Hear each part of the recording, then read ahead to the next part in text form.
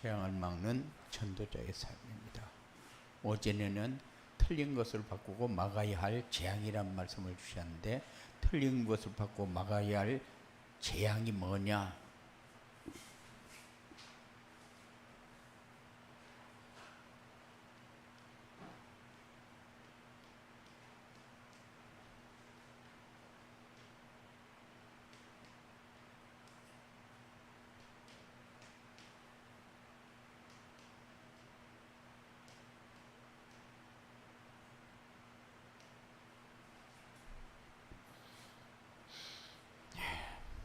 틀린 축복의 개념을 바꾸고, 틀린 기도를 바꾸고, 틀린 신앙생활을 바꾸면은 재앙을 막고 축복을 누리게 된다, 이렇게 말씀을 주셨어요.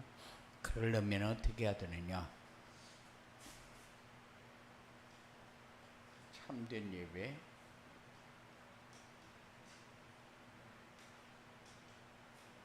참된 기도, 그리고 올바른 신앙 생활을 해야 된다. 이렇게 하면은 재앙이 무엇인가 보이고, 나의 틀린 생각과 나의 틀린 중심과 삶이 달라진다고 했어요. 그리고 시대의 재앙이 보이는, 시대의 재앙을 막는 복음의 파수망대가 되고, 현장의 전도가 되어 제자하게 세워지는 안테나의 역할을 하게 된다고 그렇게 말씀을 주셨어요. 어떻게 하면 되느냐? 하나님 주시는 강단 말씀을 붙잡고 전도자의 삶을 살면 된다. 전도자의 삶이 뭐냐? 전도자의 삶은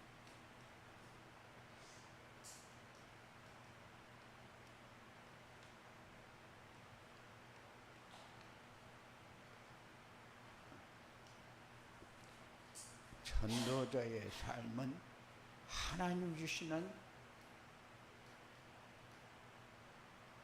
참 복을 알고 누리는 것이다.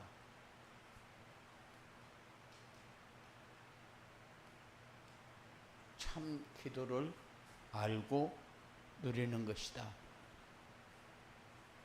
그리고 참된 교회를 세우는 것이다, 이렇게 말씀을 주셨어요. 그래, 참된 복이 뭐냐? 마태복음 5장 3절부터 9절까지 어떤 말씀을 주셨느냐? 심령이 가난한 자, 애통하는 자, 온유한 자가 복을 누리게 되고, 의에 줄이고 목마른 자, 공의를 여기는 자가 복이고, 마음이 청결한 자, 화평케 하는 자, 핍박을 받는 자가 복이 된다고 그랬어요. 다른 말로 하게 되면은 하나님 중심으로 모든 것을 생각하고 삶을 바꾸는 겁니다. 그래서 심령이 가난한 자, 그러면 마음이 가난한 자, 애통하는 자, 온유한 자, 그 사람이 어떻게 복이 되느냐? 그런데 그것이 하나님이 네 마음과 생각을 다 비우라는 거죠. 네 중심으로 말고 하나님 말씀 중심으로 바꾸라는 겁니다. 그리고 참된 기도는 뭐냐? 참된 기도는 마태복음 6장 9절부터 15절까지. 하늘에 계신 아버지여, 이름이 거룩히 여김을 받으시오며 나라의 임하옵시며 뜻이 하늘에서 이룬 같이 땅에서도 이리. 그런데 우리는 참된 기도 그렇게만 하지, 말은 참된 기도 그렇게 하는데, 기도의 중심은 뭡니까? 나 중심, 물질 중심, 성공 중심이요. 대표 기도는 그렇게 안 하지만은 개인 기도 할 적에는 거의 90.9%가 나 중심, 물질 중심, 성공 중심이요.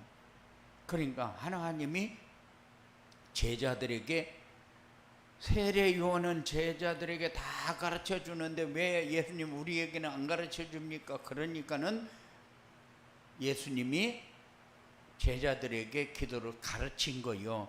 그래서 예수님이 가르쳐 주신 기도 이렇게 얘기하는 겁니다. 그런데 예수님이 가르쳐 주신 기도는 하나님의 이름이 거룩히 여김을 받도록 해라. 뜻이 하늘에서 이루어진 것 같이 땅에서도 이루어지도록 기도해라. 그러면은 그렇게 기도를 하려면은 어떻게 해야 그런 기도가 되어지느냐? 다 내려놓고 말씀만 따라가는 기도를 하면 돼요. 그래서 이렇게 따라가야 하나님의 망대가 내 안에 세워지게 되고 모든 삶에 하나님이 가고자 하는 여정, 하나님이 인도하는 여정을 따라가게 되고 따라갈 때에 이정표가 보여져서 목적지에 도달하게 되어지는 거죠. 이런 기도가 우리에게 올바른 기도다. 참된 교회를 세우는 것인데 어떤 교회를 세우는 것이 참된 교회를 세우는 것이냐? 세계를 보니 눈이 열려져서 지금 교회가 어떻게 되어가고 있고 교회를 어떻게 세워갈 수 있겠느냐? 이렇게 할 때에 내가 복음으로 세워지는 거예요. 교회 중에 최고의 교회는 누굽니까? 납니다. 내가 복음으로 세워지지 않으면은 올바른 교회는 없어요. 그래서 세계 교회가 지금 어떤 상태다, 문을 닫고 뭐 어떤 상태다, 그것보다 더 중요한 게 내가 지금 세계 교회가 가고 있는 그 길로 가고 있다는 사실을 느낄 수 있어야 돼요. 세계 교회가 가고 있는 그 길을 내가 가면서 복음이 계속 선포되어지고 복음으로 세워져서 언약의 바톤을 이어갈 후대가 세워지고 이런 생각은 가지고 사는데 이런 삶이 우리에게 이루어지지 않는다는 거죠. 그래서 그 삶이 우리에게 이루어지도록 분명히 나를 보는 눈이 열려져야 세계 보는 눈이 열려집니다. 나를 보는 눈이 안 열리는데 세계를 보는 눈이 열립니까? 내가 교회의 축복을 누리지 못하고 있는데 세계가 교회의 축복을 누리기를 원합니까? 내가 이 축복을 누리고 있어야 전도가 되어지고 2, 3, 7, 5천 종족이 살아나는 거죠. 이런 응답이 여러분들에게 있어져야 돼요. 그래야 재앙을 막는 교회, 그래야 재앙 속에 빠져 있는 2, 3, 7, 5천 종족을 건지는 교회, 이런 교회가 되어지는 거죠. 재앙이 뭐가 재앙이냐 이렇게 할 때에 내가 복음을 누리지 못하는 것이 재앙이요. 왜냐? 사단의 복음을 누리지 못하면은 사단의 심부름을 하지 말라고 안 하려고 해도 하게 되어 있어요. 따라가게 되어 있어요. 그래서 여기에서 건진다는 것은 나를 건지는 것이다.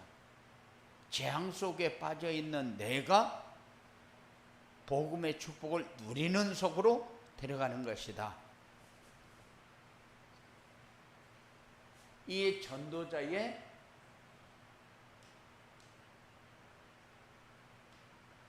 삶을 살려면 어떻게 해야 되느냐?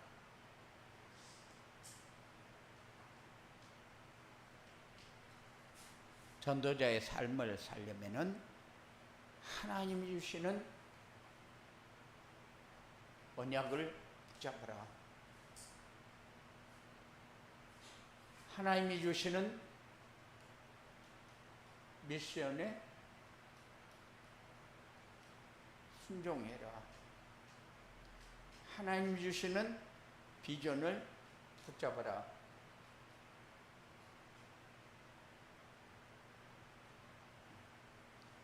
언약과 미션을 붙잡으면은 비전은 응답으로 오는 거잖아요. 그래서 창세기 37장 1절부터 11절 누굽니까? 요셉입니다. 언약을 붙잡고 누리니까 역사가 일어났잖아요. 그러니까는 우리는 그냥 언약 이렇게 하는 거 아니라 잡은 사람들의 삶과 잡지 못한 사람들의 삶을 우리는 볼 수 있어야 된다. 그래서 요셉과 요셉의 형들을 보면은 잡은 사람과 잡지 못한 사람의 삶이 결과가 어떻게 나오는가가 나와 있죠. 그리고 출애굽기 3장 18절부터 20절에 보면은 모세가 나옵니다. 모세가 살던 삶하고 모세가 언약을 붙잡았을 때 일어난 일하고 어떻게 다른가를 우리는 한 번쯤 볼 수 있어야 돼요. 그래서 이 노예에서 해방되는 역사가 일어났는데 이게 저주와 재앙 가운데서 해방받는 역사거든요. 그리고 사무엘상 7장 1절부터 15절에 보면은 사무엘이 사는 동안에 전쟁이 그쳤더라. 계속해서 블레셋이 쳐들어오고 그렇게 해서 하루도 끊임없이 편하게 쉴 날이 없는 그런 상황에서 사무엘 한 사람을 통해서 전체가 다 평안히 살 수 있는 그런 삶으로 다 바뀌어버리거든요. 그러니까는 나 한 사람이 언약을 붙잡으면은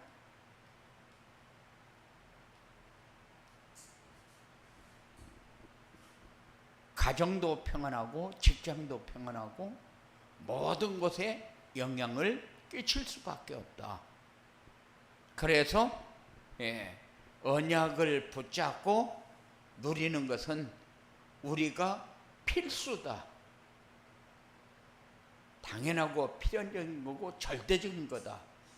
이거는 어느 한 곳에 어떤 생각을 가지고 판단하거나 그럴 것이 아니요. 그리고 하나님이 주시는 미션을 순종해야 된다. 대상 29장 10절로 14절에 보면은 다윗이 순종할 때 어떤 일이 일어났느냐. 하나님의 절대 주권을 붙잡는 역사가 일어났어요. 우리는 하나님의 절대 주권 얘기를 합니다. 안 하는 것이 아니라 하는데 내 삶에서는 하나님의 절대 주권을 인정하는 사람이 거의 없다. 이거 하나님이 하는 거니까 우리가 이거는 이렇게 받아들여야 된다. 이런 생각을 가지는 사람이 별로 없다. 그리고 열왕기하 8절로 23절에 보면은 엘리사가 미션을 붙잡고 순종할 때에 어떤 일이 일어났느냐. 아람 나라가 쳐들어와서 계속 괴롭혔어요. 몇 번을 쳐들었냐? 한 번만 쳐들어왔습니까? 그렇지 않아요. 수도 없이 쳐들어왔어요. 계속 괴롭혔어요. 그런데 한 사람이 미션을 붙잡고 순종을 하니까 완전히 전쟁이 끝나버렸어요. 다시는 쳐들어오지 못했어요. 태평생들을 이루는 그런 응답을 받았어요. 그리고 이사야 62장 6절로 10절에 보면은 이사야가 기도할 때에 일어났던 증거들이 나옵니다. 그러니까는 세계 재앙을 막을 수 있는 메시지를 증거했는데 그 메시지가 전체에 들어가서 영향을 입히는 그런 결과를 가져왔거든요. 그러니까 우리가 전하는 메시지가 별거 아닌 것 같은데 너무 중요한 메시지가 우리의 입을 통해서 증거되어지는데 우리가 순종할 때에 일어나는 증거지 순종을 하지 않으면은 절대 일어날 수 없는 불가사의한 거예요. 그래서 우리는 왜 미션을 주실 때 그걸 붙잡고 순종하라고 하느냐? 성경에 보니까 이런 역사가 일어났더라. 일어났으니까. 그리고 하나님이 주시는 비전을 붙잡고 누려라. 그러면은 누가복음 23장 38절에 보니까 너와 너의 자녀를 위해서 울라고 그렇게 말씀을 하십니다. 왜 너와 너의 자녀를 위해서 울라고 얘기합니까? 우리 가정이 안 되고 있다는 거죠. 우리의 자녀에 대해서 너무 관대하다는 거죠. 왜냐하면 언젠가 되겠지 그겁니다. 그런데 우리는 언젠가 되겠지 그렇게 해가지고 너와 내 자녀를 위해서 울라는 말이 방관자로 바뀌는 거예요. 그래서 또 요한복음 15장 요한복음 21장 15절부터 18절에 보니까 어린 양을 먹이라 그렇게 얘기합니다. 이거는 확실하게 우리에게 자녀를 어떻게 해야 될 것인가. 어떤 면으로 보면은 자녀들이 우리보다 앞서갈 수가 있어요. 그런데 자녀를 먹이라 한 이유가 뭐냐? 언약의 바톤을 어차피 이어가야 되니까 누구를 통해서 하나님이 역사하느냐 할 때에 그거는 누구든지 다 똑같아요. 우리 자녀를 통해서 그렇게 되어지기를 원합니다. 이런 생각을 가져요. 그런데 어린 양을 먹이라 하는 것에는 너무 소홀히 해요. 그래서 이런 부분에 조금 달라졌으면 좋겠다. 바울도 사도행전 17장 1절, 18장 4절, 19장 8절에 보면은 렘넌트 사역에 주역을 했어요. 그러니까 하나님이 주시는 비전은 뭐가 돼야 돼요? 미래요. 무슨 미래입니까? 우리 후대에 대한 미래요. 렘넌트에 대한 미래요.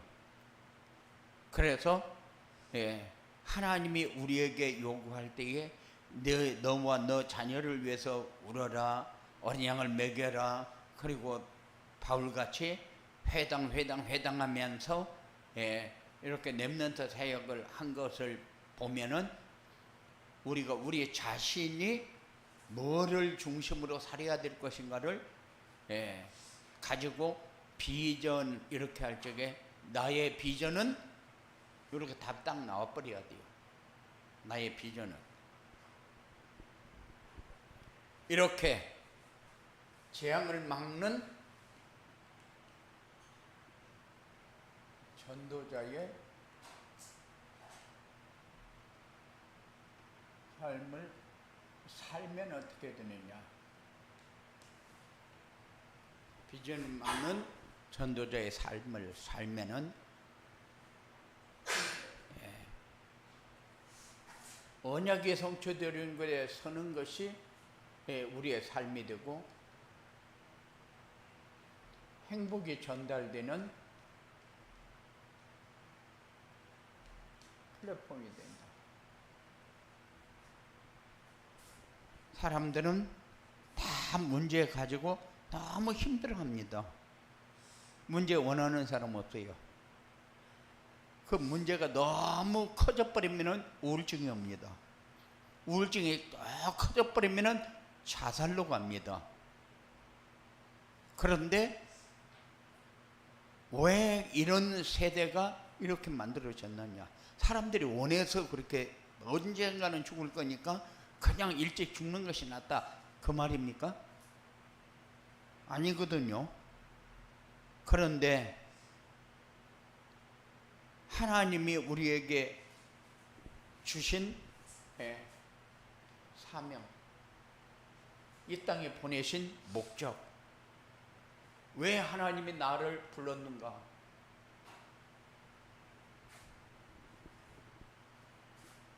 이것이 분명하지 않으면은 우리는 후대에 대해서도, 가정에 대해서도, 내 삶에 대해서도 방관자가 되어버리잖아요.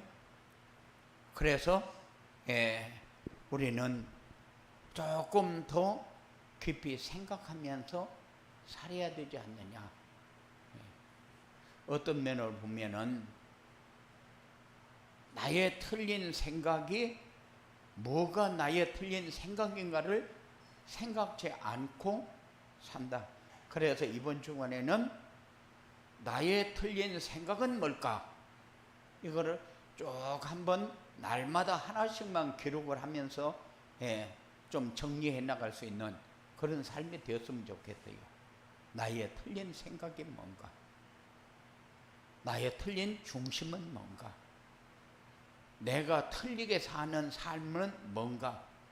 이런 거를 한 번 하루에 하나씩만이라도 기록하면서 내가 나를 바라보고 나를 조금 더 업그레이드시키고 발전시키는 이런 삶이 하나님 앞에 이루어져야 되지 않겠느냐. 이런 축복이 여러분들에게 꼭 있어지기 바랍니다. 그래야 우리가 가는 곳마다 하나님 나라가 임하게 되죠. 하나님 나라가 임하게 되면은 당연히 흑암의 세력은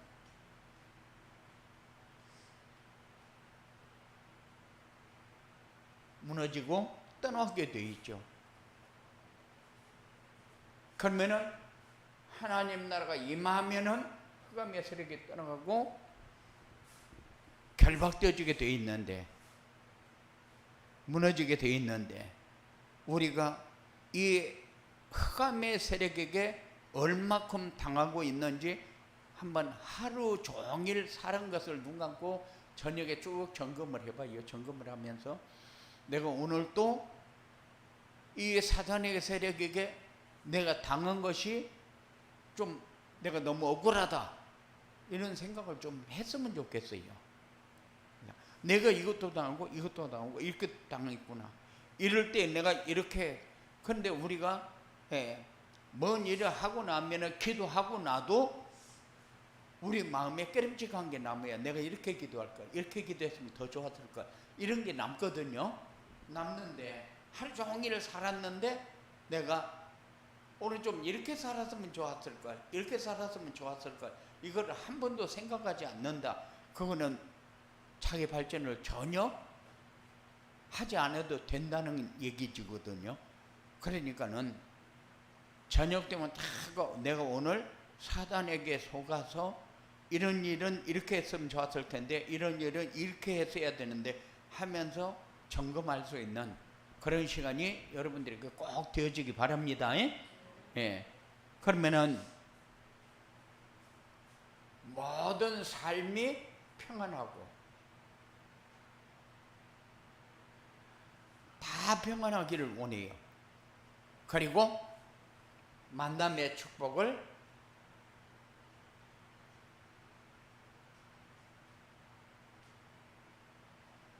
누리게 됩니다. 사람들은 인권의 복을 달라고 기도 많이 해요. 다른 말로 하게 되면 좋은 사람 만나서 좋은 일이 이루어지도록 해달라는 얘기죠. 인권의 복. 그래서 사람을 만났는데 사기꾼이나 만나고 그리고 맨날 질질 짜는 얘기나 하고 불신앙적인 얘기나 하고 이런 사람 만나면은 한 번 듣고 두 번 듣고 세 번 들으면은 지겹다 그게 아니요, 그냥 입력이 돼요. 그런 사람 같이 놔도 돼요. 질질 짜는 사람만 만나도 맨날 질질 짜는 소리 들으면은 나도 모르게 언젠가는 어디선가는 질질 짜는 얘기를 하게 돼요. 그렇게 되면은 그 만남은 처음부터 잘못되어진 만남이었다. 내가 그 사람 만나서 이렇게 친하게 지내다 보니까 나도 이렇게 되어버렸구나 하는 것을 좀 감지를 해야 되는데 그거를 감지를 못하면 결국 끌려다닙니다. 그렇기 때문에 항상 이 만남의 축복이 뭐냐, 그런 사람을 만났을 때에 그 사람에게 답을 줄 수 있는 사람, 그 사람의 문제를 해결해 줄 수 있는 사람, 그 사람의 마음이 평안하도록 도울 수 있는 사람, 이런 사람이 플랫폼을 이해한 사람이죠. 그냥 하다 보니까 이 삶이 되어진 거예요. 내가 누리는 것을 말 안 했는데 그 사람이 나를 보면서 이게 되어지는 삶이 되어지는 거죠. 이게 만남의 축복이요. 만남은 하나님의 계획 속에서 진행이 되어지면 축복이지만은 하나님의 계획이 아닌 사단의 올무에 걸려서 만나지는 것은 그 축복이 아니에요. 이건 재앙이지. 네. 그래서 우리의 삶이 항상 하나님이 우리에게 주신 것을 가장 가치 있게 생각하고 누릴 수 있는 이런 삶이 우리에게 되어져야 됩니다. 그래서 재앙을 막는 전도자의 삶이 우리에게 꼭 풍성히 이루어지게 되기를 주님의 이름으로 축원을 드립니다. 고마우신 아버지 하나님 감사합니다. 하나님은 살아계시고 하나님은 능력으로 역사하시고 하나님은 우리에게 모든 것을 다 주시면서 모든 것이 이루어지도록 인도하고 계시는데 우리가 이 중요한 말씀을 받고 중요한 축복의 자리에서 중요한 일을 진행하며 이 시대에 가장 가치 있는 삶을 어떻게 살아야 할 것인가 정리할 수 있는 중요한 말씀이 우리 마음에 담겨지도록 주장하여 주시옵소서. 악한 세력은 어떤 모양이라도 완전히 결박시켜 떠나게 하옵소서. 우리의 마음을 흔들고 우리의 삶을 흔들고 세상 가운데 빠지게 만들고 세상 따라다니면서 세상 사람들이 걸어가는 길을 걸어가고자 하는 모든 생각이 완전히 결박되어 떠나고 현장을 하나님이 우리에게 주실 때 축복으로 주셨습니다. 현장을 살리는 데 꼭 가치 있게 쓰임받을 수 있도록 주장하여 주시옵소서. 예수님 이름으로 기도드리옵나이다.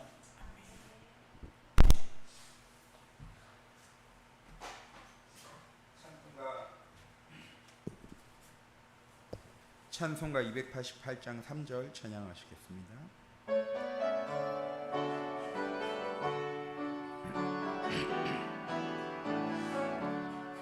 주 안에 기쁨 누림으로 마음의 풍랑이 잔잔하니 세상과 나는 단 곳 없고 구속한 주만 보이도다. 이것이 나의 간증이요 이것이 나의 찬송이 나 사는 동안 끊임없이 구주를 찬송하리로다. 아멘. 목사님 나오시고 기도하심으로 예배 모두 마치도록 하겠습니다. 고마우신 아버지 하나님, 우리는 어차피 하나님의 부름을 받았고 이 시대의 재앙을 막을 수밖에 없는 복된 자리에 섰사온데 하나님이 인도하시고 하나님이 지혜를 주시고 하나님이 만남의 축복을 주셔서 어느 곳에서든지 어떤 일을 하든지 주의 뜻이 이루어지는 곳에 가장 가치 있게 쓰임받을 플랫폼이 되어주도록 우리에게 먼저 행복을 주시고 평안을 주시고 누림을 풍성하게 하옵소서. 이제는 우리 주 예수 그리스도의 은혜와 지속적으로 말씀을 주시면서 성취되어지는 곳에 세워 응답받게 하시는 하나님 아버지의 그 크신 사랑하심과 성령님의 감화감동 내주 인도 역사 교통하심이 말씀이 성취되어질 현장으로 가는 사랑하는 자들 머리 위에와 이들의 가정과 자녀와 직장과 사업 위에 모든 만남과 교회 위에 이제로부터 영원 무궁토록 항상 함께 있을지어다.